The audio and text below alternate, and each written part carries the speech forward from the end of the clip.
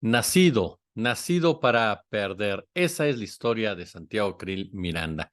¿Qué tal? ¿Cómo están, amigos y amigas de esta comunidad? Krill, quien el día de hoy dice no renuncio y no renuncio hasta no sumar las 150,000 firmas a mi lugar como diputado, como presidente de la Cámara de Diputados. Ya no es obligatorio porque incluso el Instituto Nacional Electoral pues ya abiertamente dijo que no tiene la obligatoriedad de renunciar ni Krill ni Xóchitl Gálvez, ¿no? Para estar en esta contienda totalmente inédita, totalmente adelantada. Es parte de los vacíos, por supuesto, que se generaron al plantearse el escenario de la manera en que lo estamos viviendo. Pero también nos sorprendía, ¿eh? Tampoco sorprendía que Krill mostrara reticencia a dejar el puesto que tiene. ¿Por qué? Porque es un personaje sumamente incongruente. Es un hombre que dice defender la ley, defender la Constitución, pero que en la práctica es uno de sus principales violentadores. Es uno de los principales personajes de la política actual que se ha beneficiado precisamente de las leyes como están estructuradas, pero sobre todo de cómo se aplican. ¿Por qué le digo esto? Porque el despacho de abogados de Santiago Krill Miranda, como el de muchos otros que son políticos vestidos, como que son abogados vestidos de políticos, empresarios vestidos de políticos, pues se ha enriquecido precisamente con acciones, con demandas, con casos en donde demanda incluso al Estado mexicano. Y ganan no porque tengan una enorme capacidad para litigar, no porque sean los mejores en su ramo, sino porque tienen relaciones bastante profundas, bastante extensas, tienen buenas agarraderas en el poder judicial, quienes obviamente de manera corrupta, de manera deshonesta, pues les otorgan las razones en los diferentes casos que toman. Y eso pues los va posicionando definitivamente dentro de ese mercado, dándoles un poder y una influencia que a final de cuentas les permite enriquecerse a ellos, a sus hijos y a sus nietos durante muchísimos años. Es decir, Krill es uno de esos personajes que ha hecho del servicio público un verdadero negocio y que su discurso pues está lleno completamente de incongruencias, incongruencias que buscan justificar precisamente cada uno de sus pasos y tratan de convencernos de que es un hombre honesto, cabal, un hombre que siempre ve, ¿no? Por la aplicación correcta de las leyes, porque a final de cuentas ese es el legado que quiere dejar Santiago Krill. Es como quiere que lo recuerden cuando, insisto, no pasa la prueba del ácido si comenzamos a revisar los casos que ha llevado su despacho en contra precisamente de el propio gobierno de nuestro país. ¿Cuántos casos de verdad en materia de derechos humanos a favor de los desprotegidos, a favor de la justicia social habrá llevado este despacho? Que, insisto, es similar, ¿no? A lo que ocurre con los Gómez Montt, por ejemplo, o con lo que ocurre con los Esponda, con el propio Diego Fernández de Ceballos. Tristemente es parte de esa mafia que aprovechan sus posiciones para sacar todo tipo de ventajas dentro de esta, pues dentro de este escenario elitista, ¿no? En donde no es el mejor el que siempre sale avante. En donde Krill Miranda sí ha fracasado rotundamente es en las competencias electorales. Y es que la personalidad de Krill ha ido mutando de una manera muy, pero muy perversa. Yo lo recuerdo perfectamente cuando formó parte del primer Consejo General del Instituto Federal Electoral.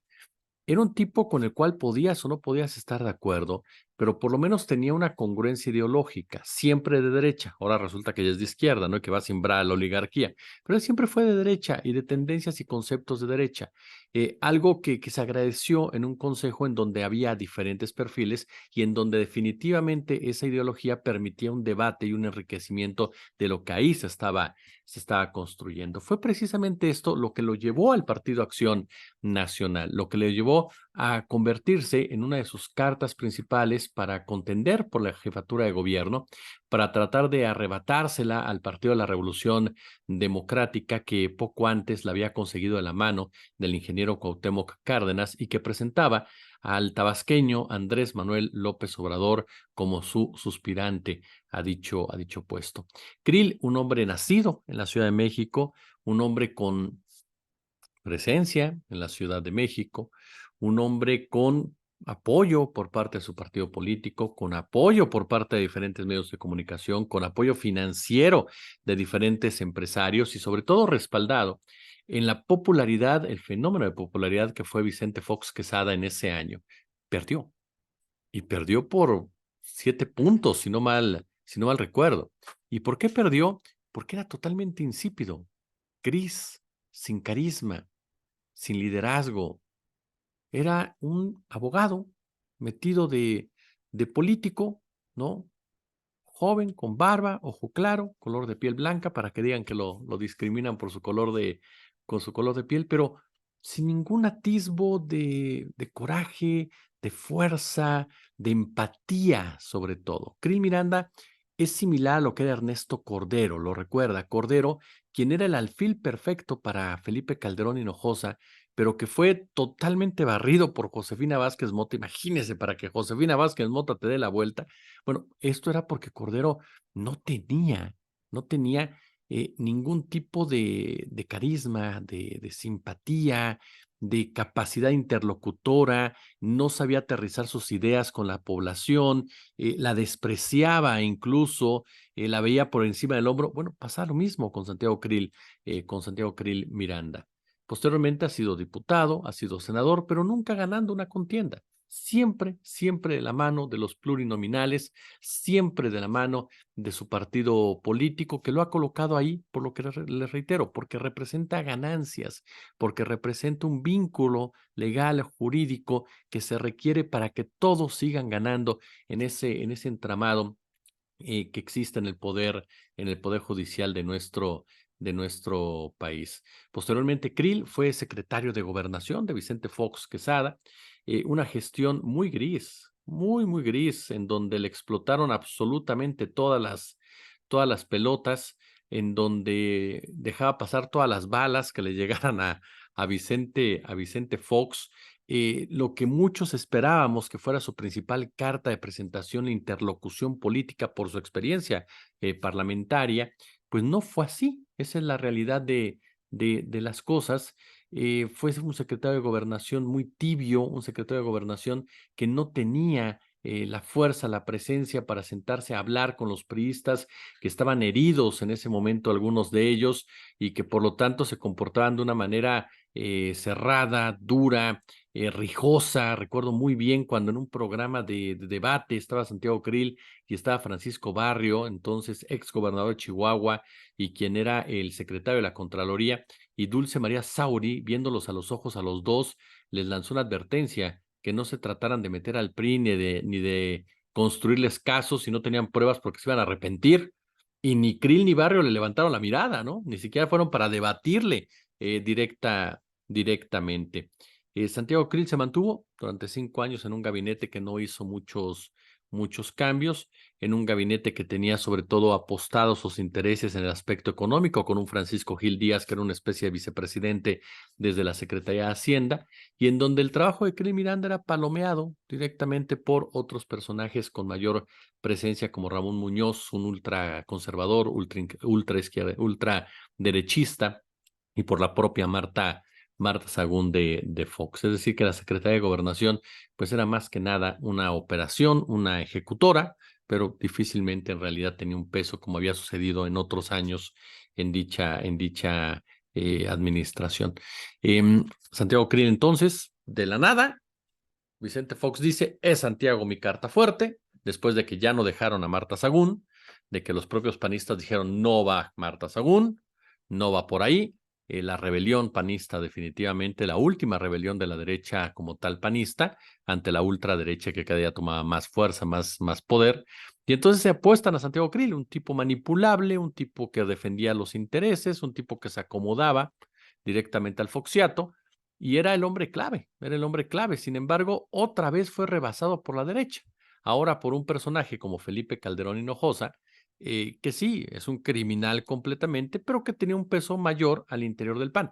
Ahí me llamó mucho la atención cuando Santiago Krill acepta que la elección sea interna. Válgame Dios, eres secretario de Gobernación.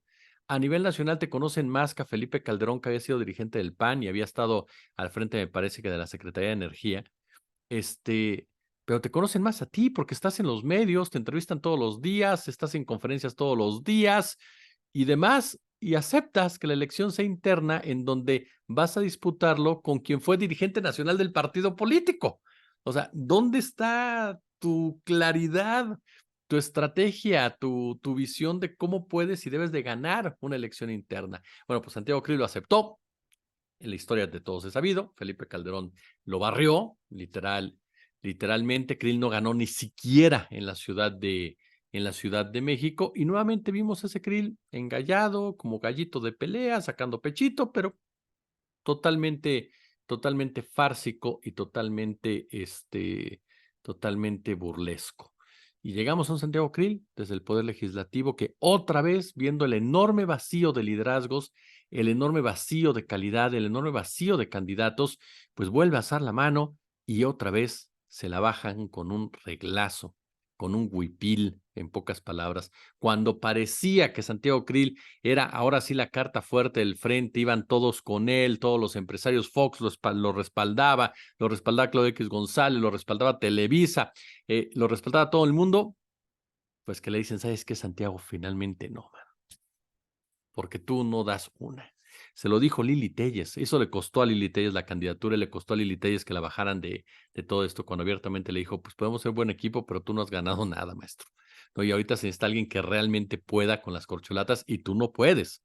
Así de sencillo, porque no tienes esa capacidad para hacerlo. Digo, todos vimos su discurso donde se puso a llorar, ¿no? Según él, muy intenso y muy fuerte, y siempre diciendo que va a defender a todo el mundo y va a salir adelante, pero no convence a nadie. Krill, y con esto concluyo, contó siempre con un apoyo que fueron de los medios de comunicación. En el 2006 otorgó los casinos a Televisa y a otros medios para que lo apoyaran, y lo apoyaron. No cubrían para nada a Calderón y aún así perdió. ¿Se imagina? Ahora tenía otra vez a los medios de comunicación de su lado y otra vez le voltearon bandera, parece, con Xóchitl, porque volvieron a decir, Krill no gana, bueno, ni a las canicas. Así es sencillo. Krill no gana, se lo pongo así. No gana Santiago Krill Miranda un partido de fútbol en donde él es el delantero y no haya portero. La manda al tercer piso de la tribuna. Como siempre, un gusto. Como siempre, un placer.